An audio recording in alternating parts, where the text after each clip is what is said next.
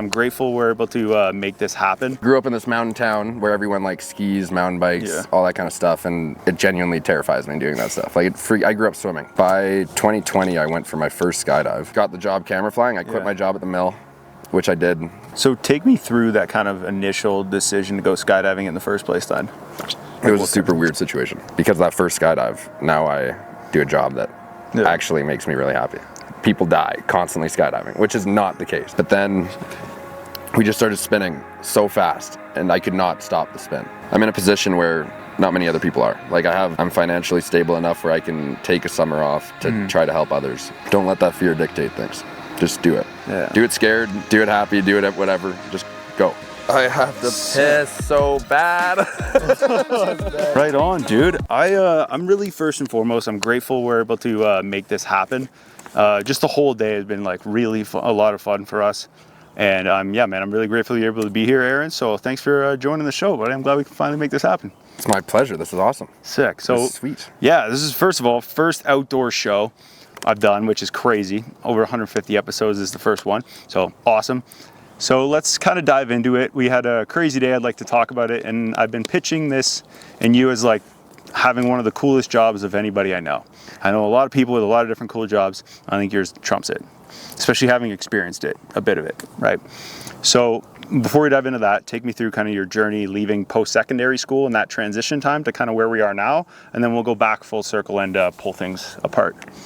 All right, so like small town, pretty much in Golden, there's only two things you can do.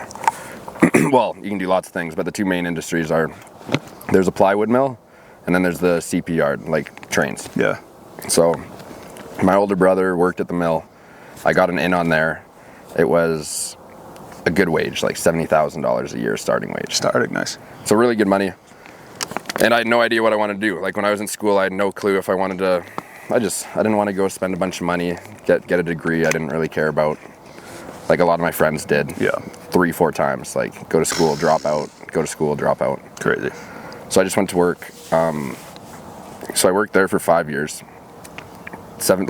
At the start, I was working every overtime shift I could for probably the first 3 years. I didn't have a lot of hobbies out of high school. Yeah. Like I grew up in this mountain town where everyone like skis, mountain bikes, all that kind of stuff. And it genuinely terrifies me doing that stuff. Like I grew up swimming. That stuff gets you fired up? Like that terrifies you? It's nuts, man. Like all my friends, they're crazy mountain bikers, crazy skiers. They're torn their ACLs, MCLs, broken bones. You're not about that, eh? I broke one finger once. That's all I've ever done. It's a wrap. Yeah. So I'm like pretty safety oriented. I don't like getting hurt. I don't like doing dangerous stuff. So I just worked. Yeah. Just made as much money as I could because I didn't know what I wanted to do, but I knew you need money. Yeah. And then I wanted as many options as possible. So after by 2020, I went for my first skydive. Was still working full time at the mill. And I was like, you get paid to do this all day? Mm-hmm. And the guy who took me was like, he made it sound like it was a pretty hard thing to make happen. Okay, yeah. Like going from somebody just jumping. Yeah, going from your first tandem to making money working skydiving. Getting paid tandem, yeah. Which, like, I won't lie, it's not an easy thing necessarily, but like. Nor should it be, right? Yeah. Yeah. But like, if you want it bad enough, like after I went for my first jump, the following year, I got my license. And then the year after that, I already had a job skydiving. Oh, wow. After 200 skydives, you can wear a camera. So it's a rule. Oh, wow. Yeah, so as soon as I got my 200 skydives, I started filming people going for skydives. That's cool. And after I got to 500 skydives, which is the minimum to become a tandem instructor, I got a little more than 500 just so I felt comfortable. And then I took the course to become a tandem instructor. Nice. And so like 3 years after I went for my tandem, give or take a little bit, you need 3 years in the sport. So I had 3 years as an actual licensed skydiver. Just doing it yourself. Nobody attached you, nothing. No, just all on my own. And then I got my license to take people. No way. Nice. And ever since then, as soon as I got the job camera flying, I quit my job at the mill, which I did, 5 years total. And then haven't looked back. So like 17, 18, like 22, 23. Yeah, I was 22 when I quit the mill. Nice. Started camera flying. I made probably $5,000 my first summer. Oh, wow. Which is not a lot of money. No. But I'd worked so much before and had nothing to spend it on. I had enough saved up that I could put the money in to get to where I needed to be. So take me through that kind of initial decision to go skydiving in the first place then. It was a super weird situation. Yeah, tell me about it. Yeah, like I just had an ex-girlfriend of mine asked me one day, just like, hey, do you want to go skydiving? It wasn't even my decision at all. She was going through a rough time period in her life, and she wanted to do something a little crazy. And she knew that there was one here, and it's beautiful here. It sounds like a crazy red flag at the time. Now I'm thinking, I'm like, if I met somebody that was just going through a rough patch, no matter what my relationship with them was, and they were like, I want to do something crazy. My day-to-day sucks. Let's go jump out of... Like, that sounds like... Yeah, anyways. Well, like... That just stuck out to me. Yeah, well, in reality, like, she was going through a really hard time. I was pretty much the only we had recently broken up. Sure. So I was like the closest person she had in her life at the time. And it was actually like, well, at the end of the day, it was the best thing that ever happened. Because like, if it wasn't for her, she booked them. I only paid for probably like $200 in my first skydive. She paid for it was so nice of her. I owe her a skydive because of it, for sure. Another one. That's cool. She went for the first one. And because of that, like, because of that first skydive, now I do a job that actually makes me really happy. Jeez. So what was it? Was it like leaving the plane, the drop, or was it like when you landed, you're like, holy crap, I need to like experience this? Or was it like you needed to create that for other people? Oh, it was all selfish, entirely selfish. Man, the moment you leave that plane, the parachute opens up and you realize like have you ever like been walking and then go to cross the street and as you go for your first step, like a car almost goes by? Yeah. And you get that feeling where you're like, I need to call my mom and tell her I love her. Yeah, it's like a just experience. Like any different scenario or timeline you'd be in, you'd die. Yeah, like it's like it was just such a near. Like it feels like everyone that shows up, they all think like, you're not going to kill me, are you? Like I don't want to die today, because they all just think that that's the job. Is people die constantly skydiving, which is not the case. Yeah, I think it's something like maybe 15 people, maybe a year die skydiving. Oh, and with the amount of people that go, millions. That's crazy. Like that's like, probably less than 2%, 5%, yeah, like, not even. Myself alone took nearly 700 people for skydives last summer. So then you think that's just me, and then there's this whole world of people. Yeah, that do more and let. Yeah. And then you think like other things in life, like pretty sure obesity takes like 400,000 a year at least. Like, nobody's worried about going to McDonald's and getting a burger. Yeah. But skydiving, they're convinced they're going to die. It's not an immediate danger, I think, is they don't see the ultimate risk. And I think but the thing is it's like, there's so much stuff that we do every day that has so much risk. Like you go driving, like you drove here from Kelowna today. Yeah, it was sketchy at times. If you were to look at the statistics of your odds of survival driving from Golden to Kelowna. Yeah, on Rogers Pass. Yeah, way higher odds. Yeah. And we just get in the car and drive. Yeah. Tired or whatever, like you're not worried. Of it. Skydiving, you're terrified. There's so much more safety in place in skydiving than a yellow line painted on a highway. Huh. It's crazy to me because like you're 100% right. It's just the way, and when you frame it that way, I'm like, oh, yeah, we do these things every day that are really risky, but that's the most like, it's a really weird confrontation with danger, like with death I felt. Like in the moment I was like, this is like actually crazy. Like, it's weird. Because you like, think you're gonna die. Yeah. You're like, I might die here. But you've never been as like intentionally focused on that thought. Yeah. Right? Whereas we all just, like you said, we just go about it and then if things happen, things happen. But with that, it's not a means to an end. It's like something we're going to experience because it is that ultimate thing of like you could face death. Yeah. And it's like, the reality is like, once you leave an airplane, there's no getting back in the airplane. In a car, if you like feel scared, you can always just pull over.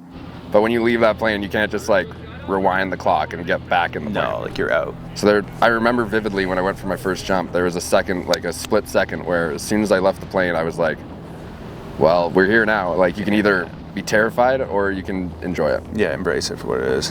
And I was a little mixed. Yeah. I was definitely pretty terrified, but I was like, this is amazing. So after your first experience, how did that look like getting into it? Like take me through that beginning couple steps. So after I did my first tandem, I like just like thought on the idea about learning, but I knew I loved it and I wanted to do it more. And I knew I didn't want to, like, anybody watching this, you should go for a tandem skydive. The cost is high, but like the price, it's priceless. It's worth it. I'd say, yeah. But Co-sign that. after my first tandem, I was like, I don't want to pay to be strapped to somebody again. I want to be paid to be able to do it. I want to pay to do it on my own. Oh, I didn't want to do it a second time with somebody. I want to do it a second time by myself. I see you. So I looked into it, found a place outside of Calgary. It was just the first place that showed up when I was looking into it. So it was during COVID. So I drove down, sat in the classroom 8 hours or so. You learn all the safety basics, everything you need to know, even though there's so much more to know. And then you just get into it. They put you in a parachute after you go through the classroom. You throw the parachute on. It's called a rig, technically. The parachute's in the rig. Oh, I see you. And how I learned, it's called GFF. It's gradual free fall. So, freaky. You climb out of a plane holding onto the strut that holds the wing onto the plane. Yeah. And someone's holding onto your pilot chute. So essentially, like when we went for our tandem, I throw this thing called a drogue. And what that does is it slows us down to the speed of one person. It's for the gear's sake and other reasons, but like it also keeps us very stable. Otherwise, you can kind of flip, and like you don't want to flip. You want to just be nice on your belly, smooth. So first thing that happens when you go for a tandem, drogue comes out as soon as you're stable, and you just fall smooth. And then how that works is when you pull one of these handles here, it releases the drogue and it pulls out the main parachute. But with a regular skydiving rig, it's called a pilot chute. So as soon as that's released, it's really just like a little bag that catches air. Yeah. And that air pulls a cord, which is attached to a bag, which your parachute's packed into. So when you pull that, it kind of rips the bag off the parachute, and then the parachute opens. Nice. They're pretty simple. Like they're very well designed, but it's not overly complicated. No. So Doesn't sound like it. the person who's your instructor holds on to this pilot chute. You let go of the plane. The pilot chute rips out of their hand. The parachute automatically deploys because they deployed it essentially. And now you're just under a parachute, 3,000 feet in the air by yourself after just taking an 8-hour course. And you have to figure out how to get down. Luckily, you have a radio strapped to you. Nice, yeah. Someone on the ground with a radio telling you your every move. Yeah, commands and stuff, yeah. 90 degrees left, 90 degrees right, and they fly you in to land. Nice. So it's pretty simple, but super overwhelming. Yeah, I can imagine. Your first jump, you're climbing out of an airplane by yourself, terrified. Yeah. And then you just fall out of the sky and then have to fly down. Fully, you're alone. Solo, yeah. Except for a radio. God forbid the radio dies or falls off or whatever could happen. Now you're just in the sky. You're thinking of every possible situation. But anyway, everything went well. Crazy. It was a great place to learn. And I found out quick, like the community in skydiving was something I really liked. Like, so positive, so many great connections I made since. And I just kept jumping. Every weekend, I was still working at the mill when I learned. So every weekend I'd drive out, jump 10 times, come back, and all week all I could think about was getting back there. Can't wait to go. So my first summer as a sport jumper, like jumping on my own, I did nearly 200 skydives. Jeez. So I just like jumped as much as I possibly could. Eventually I bought a parachute, got a job here, started camera flying, which is just filming tandems like what we did today. I would climb out just like I did when I learned. Let go at the same time as you guys, like was the tandem. Oh, yes. Sick. And then I'd fly around you. To film it. Damn. Yeah, it was really, last summer, just a couple days ago, I took a guy who came from Belgium, I think. Oh, cool. Because he saw a TV show that I helped film when I first started. No way. It was pretty cool. Oh, what one was that? It was called like My Trip. I don't know. My Trip. It was this guy who, when his father was alive, they came to Canada, did this crazy road trip, and then his father passed, and he's like a news reporter in Belgium or something. Oh, random. But they made his own TV show and recreated the trip. And they were supposed to go skydiving, but they never did. So he went in honor of his dad on that trip. Oh, that's pretty cool. And it was a really cool experience to be a part of and like cool to see. Damn. But so then eventually, after I got my jumps up, learned how to do tandems. Yeah. Never looked back. Man, that's really cool. There's something I'm curious about in that like time frame of like learning in that course and going, is there anything that happened that like reinforced or maybe like got you to think maybe this isn't for me, or anything that made you think there's no matter what, this is something I'm going to be doing? Yeah, there's definitely a moment where I was like, I don't know if I'm going to keep doing this. Oh yeah? So when I was learning, I remember I might have even been on my own parachute. That was probably me. Yeah, sounds like it. When I was on my own parachute, air's weird. Like it's super weird. And I don't know why it happened. I've never had it happen since, but my parachute kind of like accordioned. So like it's fully inflated and it kind of came in.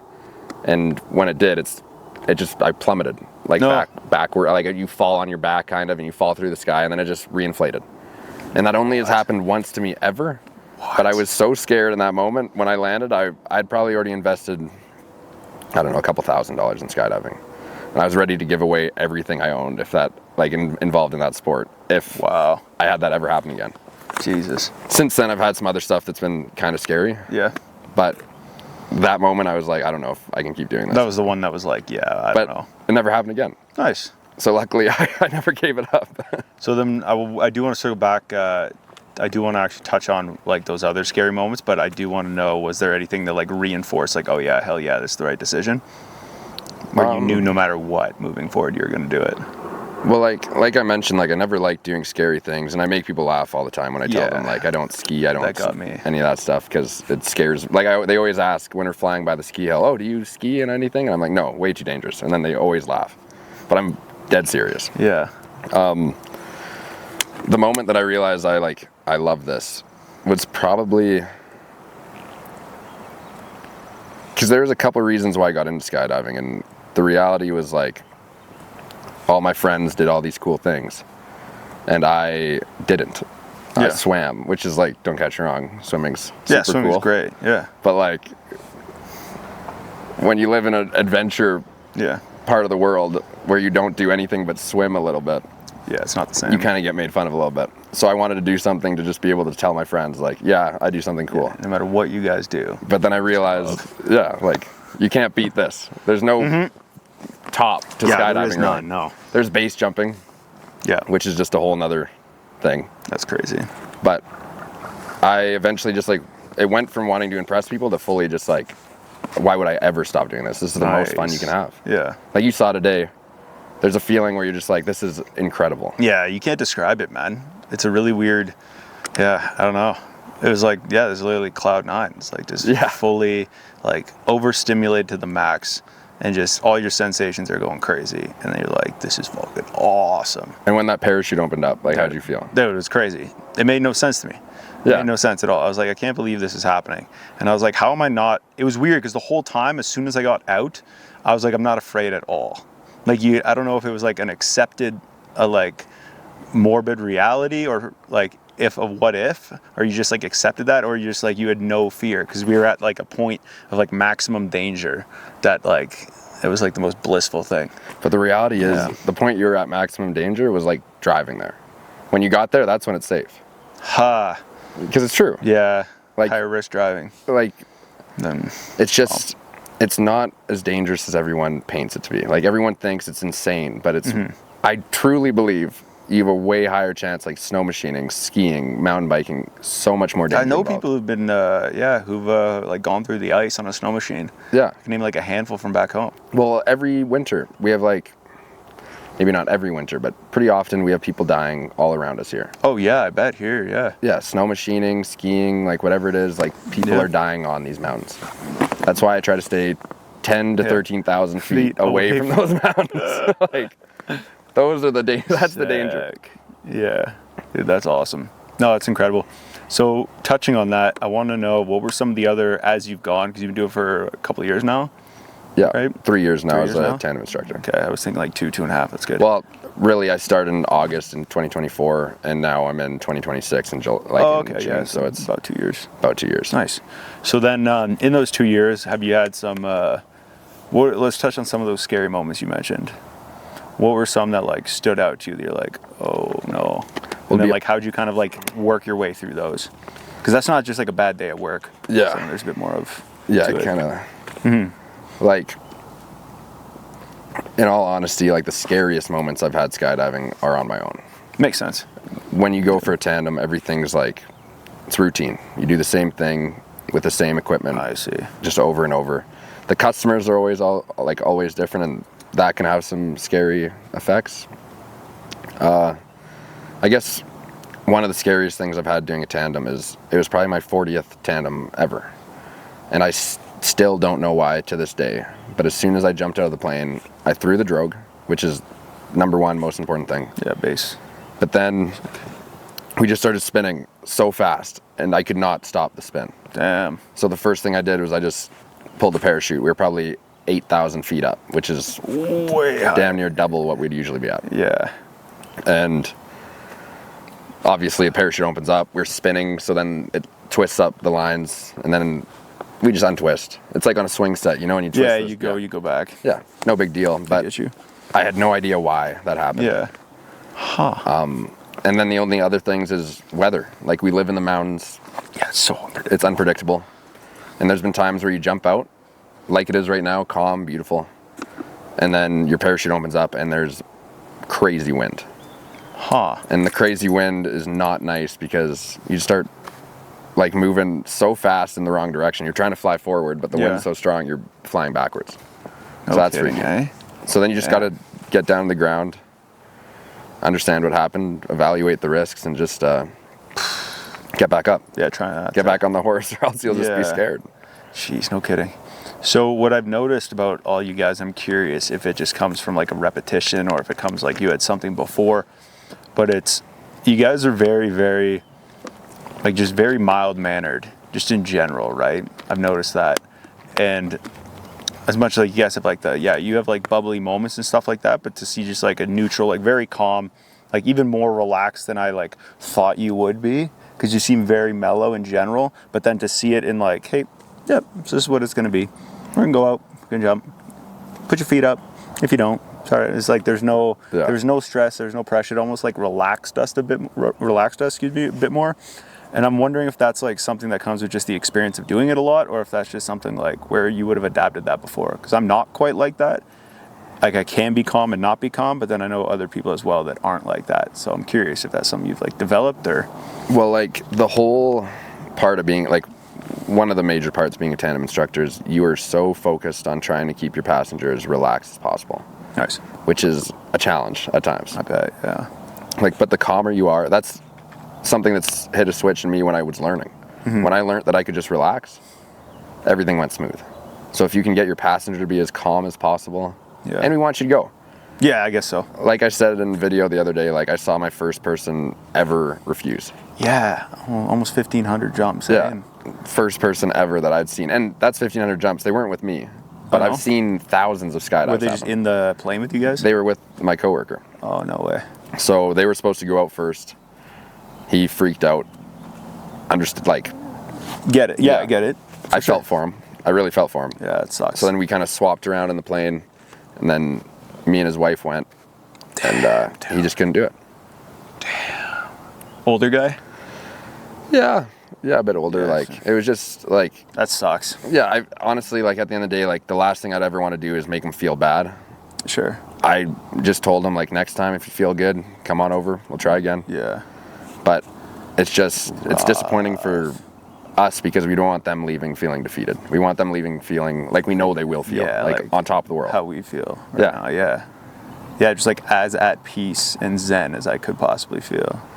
It's crazy, dude. Yeah, the best feeling. Yeah, it's absurd. Like you can't make it up. You can't describe it. You can't compare it to anything. Well, like today, did maybe 10 or 11 tandems. The day before, I did 12 or 13. I don't know. Bananas. It becomes a blur after a while. You just do so many up and down. But it's routine for you. It's always the exact same thing. The person shows up. They're nervous, but excited, usually. Yeah. I'm nervous, but excited. And then you tell them, like, it's normal. Yeah. But sometimes I'll just tell them, like, if you want a spoiler, I'll tell you exactly how this is going to go. You're nervous and excited right now. I get it. We're going to get in that plane. Your nerves are just going to keep climbing. Mm-hmm. When we get to the top and that door opens up, they're going to peak. You'll be as scared as you've ever been. Yeah, ever. Ever. Literally as scared as you ever could possibly be. And then Yeah. as soon as we leave that plane, all that fear stays in the plane, and we just have pure bliss on the way down. Yeah. It's hard to wrap your head around that in the moment. Yeah, it's hard to people. believe. Yeah. You're telling me I'm going to be as scared as I've ever been, and then in a switch of a second, Yeah. you're going to be as peaceful as ever. By doing the one thing that would scare the shit out of me the most. Yeah. But it's like letting go and just being in the moment. You're very rarely fully in the moment in life. Yeah. But you go for a skydive, you're in the moment for those 60 seconds. Oh yeah. Yeah, that's really cool. There's do you have, man, I can't imagine that when like the fear taking over to that point of like not being able to do Like it. getting defeated by the fear. I was trying to think. That was my one thing of like, I was telling her before, I was like, the one thing, because I saw the video about that, and I'm like, the last thing I'd want to do was like how, for me, it was more of it's an anticipation of how much fear I'm going to have in the moment of maximum fear that I was like anxious about experiencing. I was like, I don't know. Like, I'm going to experience it. What's that going to be like? And will that be too much? I think it was the lead up to that for me was what did it. But then everything else was like, yeah, like you said, just you open up the door, it sucks for a second. You're like, oh my God. Yeah. And then you do it and it's great. Yeah. Yeah, that's cool. How did you feel when that door opened up? Oh, dude, it was, man. It was like you said just now, as in the moment as I possibly could have been. Yeah. And then like lifting my feet over, I was like, oh good, my hands and feet work again. Okay, that's good. Well, that's a start. And then I was like, all right, guess we're doing this. And then yeah, it was nice though. I mentioned to you right after when we landed, it was like I got my feet out and then we were gone. Yeah. I wasn't just waiting there. I mean, it could have been a minute, it could have been like 3 hours, it would have felt the same, right? Yeah. So nah, that's crazy. Have you had any favorite skydives you've taken so far, like any tandems, or we'll do both, any tandems like that's been your favorite that have stuck out, sorry, and then any that are like solo jumps you've done that have just been like, this is like the most incredible thing, Yeah, if they're definitely. not all the same. Oh, when it comes to like the solos, totally, tandems, totally. Nice. It's just I don't even know where to start. Like for the tandems, it really depends on the passenger. Like when I have a really fun, happy passenger, it's the best when they come in with the right mindset where they're like, but also one of my good friends, he brought a group of his friends from the East Coast, and one of them, this is when I was bartending at the time. So I'd bartend on Tuesday nights and then I would skydive, 7 days a week. Nice, yeah. So that Tuesday night, him and his friends came in, and there was a group of 4 of them. 3 of them were going skydiving. One of them was refusing. No. So I was kind of like poking at him a little bit, like, come on, man. Yeah, all of them are going. Anyway, next day, 8 a.m., they show up, the 4 of them. The third one, like the 4th one decided, I'm going. Unreal. So I was stoked. He was the most scared I've ever seen anybody ever going for a skydive. Yeah? He was petrified, man. What did that look like? Oh, I got the video and it's gonna get posted. I got permission from him because, like I said, like the last thing I want to do is embarrass anybody. Still make your anyone buddy, feel but bad. yeah. But like, it's a personal moment, right? Like I don't want to ever share any footage of anyone going for a skydive that they're not comfortable with me sharing, or I don't want anyone to feel embarrassed by anything. Yeah. You're already at a vulnerable state, going so far out of your comfort zone. I do not want to like, affect that. That's smart. He gave me permission, and this video is going to be awesome because, man, like he was vibrating the whole way up. He was white as a ghost. No way. He was petrified. And then we jumped out, parachute opened up, and the first thing he said was, man, I couldn't let my friends make fun of me for the next 30 years. Like, I had to do it. I had to do it. And he was glad. I saw him. Yeah. He actually brought some other, like that guy who was terrified, brought some friends down from the East Coast like a week ago. Oh, and he's done it again since. No, he didn't do it again. Oh. He didn't do it again. But he brought his friends down, and they loved it. You guys gotta try it. It's sick. I'll be down here. But at least he had the story crazy, where he bro. could be like, I did it too. I've done it though, yeah. Smart. And he was still the most terrified guy. His friends were less scared. Yeah. But he did it, and that's what matters. Like he tried. Yeah. Ah, that's cool. And he's happy. Like I was talking to like the mutual friend we have of him, and he said like he still talks about it every Still time talks they're about down, and it was a big moment for him. Damn. I guess another huge like tandem that I did. Right now, like my dad's, I made a video about this too, and this one's pretty personal. I was but- hoping you would say this. Yeah, my dad's best friend of, I think it was like 46 years. My dad's 72. Forever. It's forever. Yeah. But he was going through colon cancer at the time. and he was actually in the military. He did static jumps. So what that is like essentially like how I learned, where the parachute automatically deploys. You don't experience free fall at the start. That's what they do in the military. You jump out, at least this is what he did in the military. He jumps out, parachute automatically deploys, you land it. What they do is crazy because they have a bunch of gear strapped to them. Their parachute kind of sucks. They hit the ground pretty hard. It's gnarly. Yeah. But he never experienced free fall before. And I remember it was on like a 15 tandem day where I was just bagged. But he came at the end. I got to take him up. We had a great time. And this was probably a year or two ago. It becomes a blur when you do this many jumps. I bet. But I know ever since that jump, every time he'd be on, like, he calls my dad every day. And the skydive would come up pretty often. Like how he just like had such a good time. And then now he's got like lung cancer now. He beat the colon cancer. Nice. And I think he only has 2 to 6 months, I think, now. No way. And he still talks about how much fun he had and how he had a trip planned to come to Golden, bring his whole family, get them to go for a skydive. That's sick. But his health's just been deteriorating a little too quick. So he came for a surprise visit. That's cool. Stayed for a night, and then he's just constantly going through medical stuff, so he couldn't really stick around too long. But like to be able to take someone that means that much to my dad to do an experience that like meant so much to him, like this guy's lived a wild life. Yeah, already. And that mattered to him, and that's like it's just so special to be able to take. That's such a cool moment. Friends or really anybody. Yeah.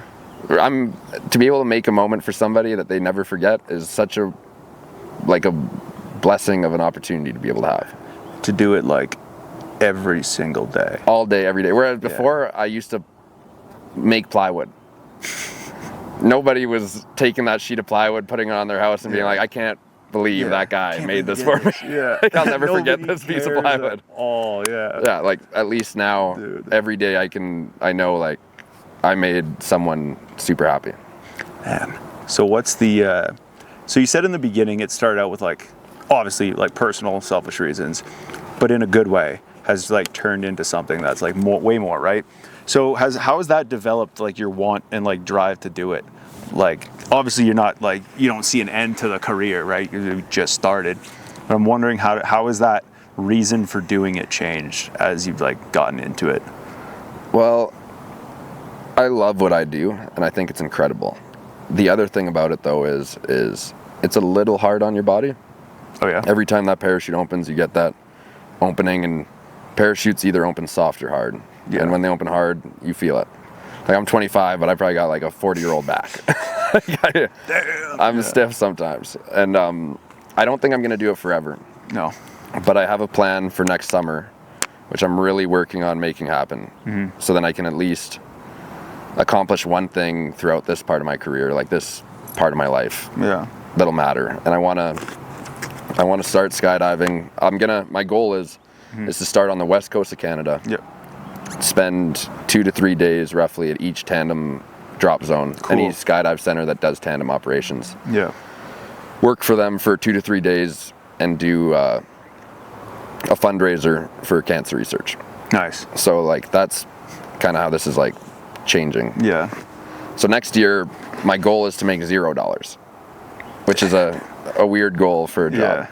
But I want to like do something positive. So if I can go across Canada, my goal is to raise roughly $50,000. I haven't set the exact dollar yet. Yeah. I still have a lot of work to do to make this happen. I'm planning to start May, but that's my big goal for my skydiving career. Like that, like X amount of proceeds. Yeah. Every tandem or every jump goes towards. Yeah, I'm not sure exactly the strategy. My plan is to do whatever I would make goes to it.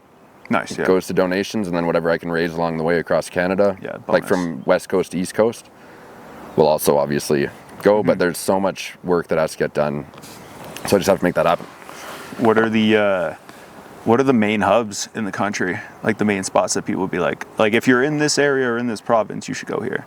So that you know of. Yeah, like the west coast, you have Vancouver Island, you have Vancouver, you have Whistler, you have Vernon, you have like all the way down. Yeah, there's a bunch. Salmon Arm, Golden. Yeah. Then you get into Alberta. There's Calgary area, Edmonton area. There's a couple, from what I've seen, there's not too many in like Saskatchewan. Manitoba, but then when you get to Ontario, they're everywhere. Everywhere. So many skydive centers there. Yeah. So that's probably where, like, realistically, I'm going to start on the West Coast. The fundraising will be slow. And then when I get to Ontario, it's ramped it right should up. just blow right up. So that's the goal. And hopefully by then I'll have enough momentum where people are donating and try to make my number. That's cool. Like, achieve my number. I think so, man. I think that's that's a wild goal, but in like the best way. Like, I definitely think It's a crazy goal. Yeah, it's really cool though. I had 5 days off work because of rain, and I was just like brainstorming, and it's caused me to probably lose $50,000 next summer, but in the best way possible. Yeah, I'd say so. If it goes to cancer research, then it's not lost. It was a good choice. For sure. And like that could be the difference of like somebody being able to maybe, like, relating back to your dad's friend, having somebody he might be like the next version of him. His timeline might be better, that maybe his health isn't deteriorating as much and he's able to go on a second skydive or like go join a different adventure type thing. Or at the least pay for the medication. At very minimum, Like, that'd be awesome. That's really, like, if I could do that, then it was worth my summer. Nice. I don't know how long I have, but I know if I have next summer and I can make it worth my time to help other people, then at least I did something good during a summer. Hell yeah. Not that I don't already do some good stuff. Like, it's awesome to be able to do what I do, but bigger picture, I guess. Yeah. Like bigger impact, I guess. Yeah. More like, more targeted and less like individual, I guess. Yeah. But it'll also be like together, because the whole time I'll be doing it, I'll still be doing the same thing I'm doing now. 100%. But with helping other people. So I think it'll be really nice. Yeah, and I think the broader picture will be really, that'll be super cool. I think it gives more incentive of people to like do it and do it with like a, hey, I can't believe we're doing this thing for this cause. Yeah. And the stories, man, that you're going to hear, it's going to be crazy. Man, it's going to be insane. It's going to be so many too. Like, I know similar, like people who've done similar types of things, not with skydiving, but whether it be like marathon swimming or marathon running, stuff like that, right? And all the stories that they've shared that I've heard are just, some of them are incredible, like with what the money and what the fundraising can do, and then what sharing a message in like a global idea in a global way. It also, I think what people miss or might not think of until it's happening is it brings them together of people that might be going through something similar. And the downside with stuff like that is a lot of cancers and a lot of other places, like you feel alone when you're in that. You feel very lonely in those like moments of like really bad, like you're going through this battle nobody understands, whether you have great support or not, right? So having those community people that are around you that are able to have that impact and share that story, I think you bringing those people together on top of everything else, I think is going to do like way more than like we could possibly like fathom or like even think of right now. Yeah. Which is like, dude, that's so sick. Like, there's so many logistics to it and things that I can't really speak of right now because I don't know the exact. Of course, to it. yeah. But you like, want to say one thing, but if it's the other, but I would love to like. I don't know exactly how I can do it, but if I can get skydive centers on board where if you're going through chemo or have had cancer or have cancer, like your skydives discounted or anything of the sort. Something, It's then at least maybe my wage will cut their, like the profits I would make off doing a tandem could maybe come off their price or whatever it is. Super cool. There's just so many avenues I'm looking into to like try to do something positive. I think you documenting it, and then also when you get to Ontario, I don't know how many people you know. I know a bunch down south and like in northern, like in those areas that are like 2-3 hours, or even like a lot in Toronto and stuff. So if it does come to it and you end up there for a lot of like time, like I do know people who'd like massive room and board because they have like, I'm thinking of a couple people I know, one in Hamilton, one in Barrie, one in Collingwood, one in downtown Toronto, like 2 or 3 people I can think of right now that all have ties to like either mom suffered with this or my brother passed away because of this, and like a lot of like say very impactful people who've like gone through that. So if you ever need room and board up there, for sure. Yeah, so, like my goal is to take my old Bronco across. So Gangster. We'll see how that goes. Get it fixed up a bit more. So yeah, accommodations. Nice thing about skydiving is like most skydive centers have accommodations. They do, yeah. But I mean, it's nice to have your own bedroom once in a while. That'd be sick. Have a shower that doesn't have 16 stinking skydivers in the same place. Like that's, the skydiving's funny because there's like so many levels, because it's an expensive sport relatively. Yeah, sounds like it. But you find people living out of their van doing it, and you find people that are millionaires doing it. Yeah. So like Like, how the hell do we mix But the these ones living guys? out of their vans are definitely in those accommodations in those showers. So They're definitely doing it. I don't mind to have a nice shower once in a while. Once every couple days might be once a week, you know. For sure. Rinse off, otherwise, you know. Yeah, I'd be lying. Like I'm pretty soft. I like a nice shower. He's like, I like a shower. I'll rinse off. Can't do the live out of the van, man. No, it's gonna be an adventure for sure. But like at the end of the day, I think I'm in a position where not many other people are. Like I'm financially stable enough where I can take a summer off to try to help others. Sick. And I don't see why. Like money's great. Everybody works. Yeah. To be able to do stuff, but to be able to work to do something for others is pretty cool. Yeah, I think so. And how many skydiving fundraisers have you heard of? I mean, barely this one even, right? Like just this one, yeah. I've been a part of one. Oh yeah? What was it like? It was called Jump for a Cure. Oh, come on, that's sick. So it That's was where I learned how to skydive. They hosted this event, and they got out, I think, like, I can't say the exact numbers. It was 4 years ago, I think. Yeah. Oh, in Calgary, yeah. Yeah, but they raised, like, I think they did at least 100 tandems over a weekend. Jeez, man. So obviously not one guy doing them. No. But a percentage of the proceeds, from what I understand, went towards cancer research. Oh, no kidding. That was one place. That's super cool. I want to do that all the way across. Yeah, like bring that type of weekend Everywhere. to each of these hubs. And if I have the potential to bring that kind of weekend to each one of these hubs, then I should be able to raise an insane amount of money. But we'll find out. Yeah. And you'll get like people that aren't even gonna jump that just like the idea of what you're doing. Yeah. Or like have people with relatable stories in the community. And then other skydivers. Yeah. That's super cool, man. So I'm excited to see how this plays out. I'm really excited too. Like I have really high hopes. It's gonna take a lot, but I'm very happy to put in the work to make this happen. I think you gotta create now, like, cause like obviously the media and everything's growing, followings and masking and stuff, and to see it grow is unreal, especially in the like short amount of time. Which how I discovered you, how we end up here. Sick. Yeah. Eventually I think it gets to a point too where like I think you create a pitch deck, and then whether you have to reach out to people or people reach out to you to get like some form of brand or sponsorships, then I think that would do like easy help you out, easy like support certain things, and they might even just donate on your behalf to help you reach the goal. There's a lot of avenues I have to explore, and that's definitely one of them. There's a lot of cool, like, because if I can get some brands to help me out to make this happen, that would be amazing. Yeah. But really, at the end of the day, if it just comes down to my wage is what covers all the donations, then it was still a good summer. Nice. So let's dive into like last little bit of this. I want to dive into kind of what you would share with people when it comes to like overcoming fears, because I think that's something that I'm really grateful I was able to do that today, and because that was a big thing, right? I explained to you already.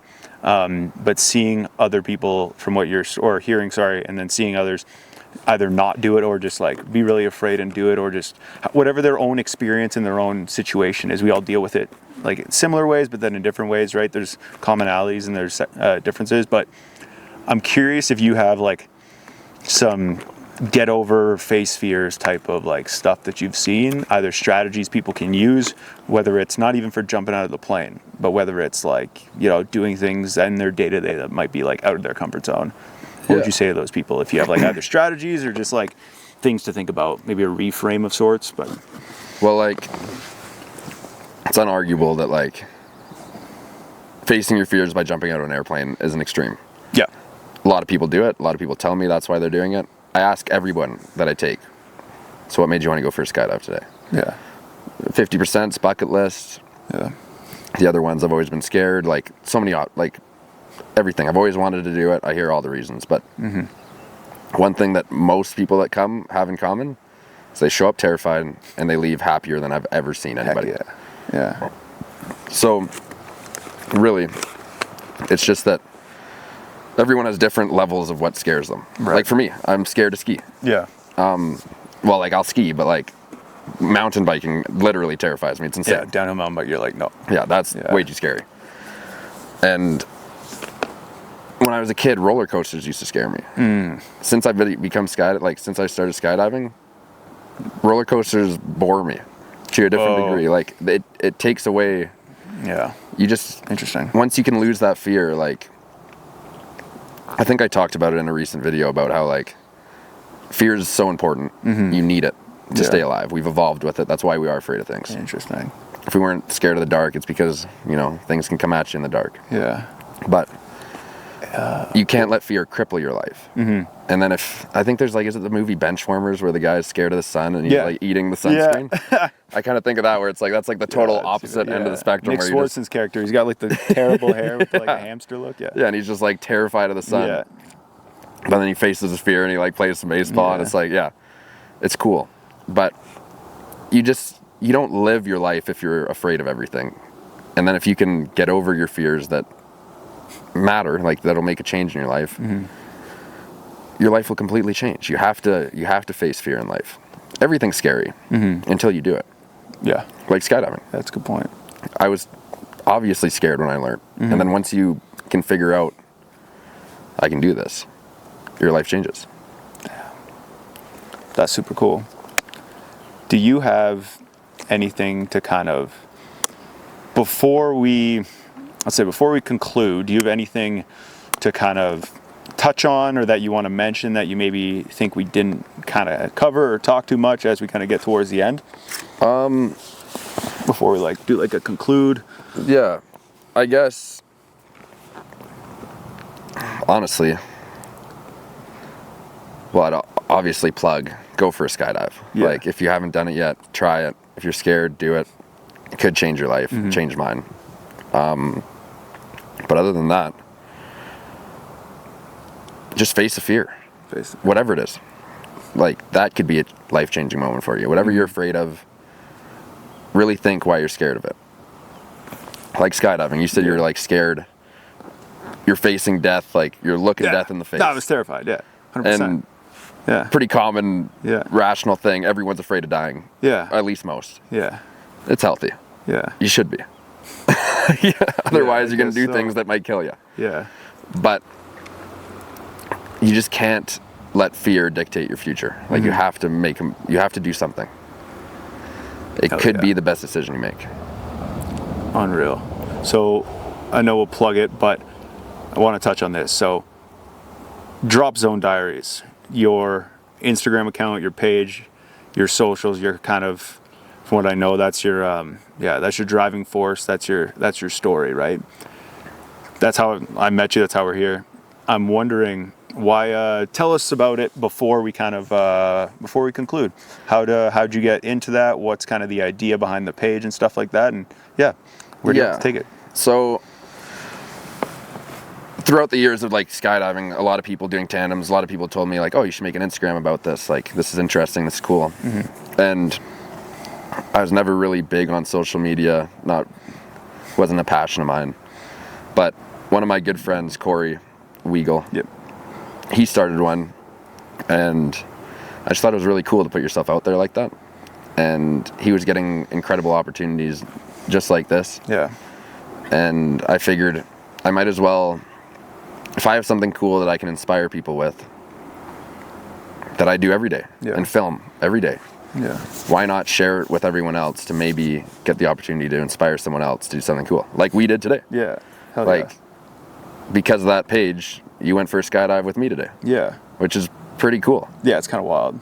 So that's like the driving force towards it, to be able to share what makes me happy with the world and try to inspire people. Like, since I started that page, I've had countless people message me, how did you get into it? I want to get into it. Or asking me for help while they're learning to skydive. No way. Which I think is like such a cool opportunity. I'm making connections all over. Had no idea you're going to do that.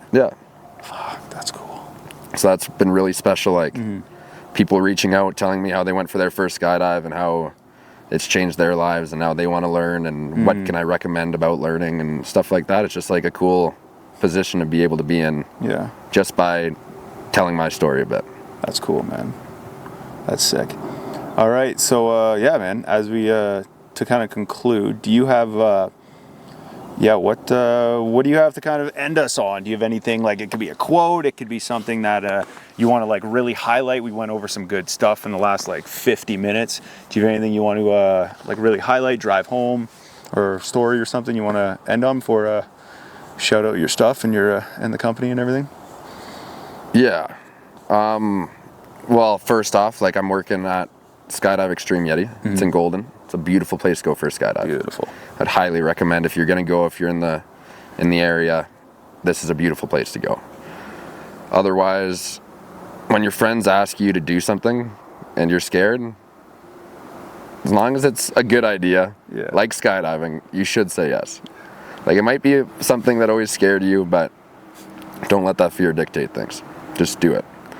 Not calling out Nike, but they're not wrong. Yeah, just do it. Is right. It works. I hear it all the time. Yeah.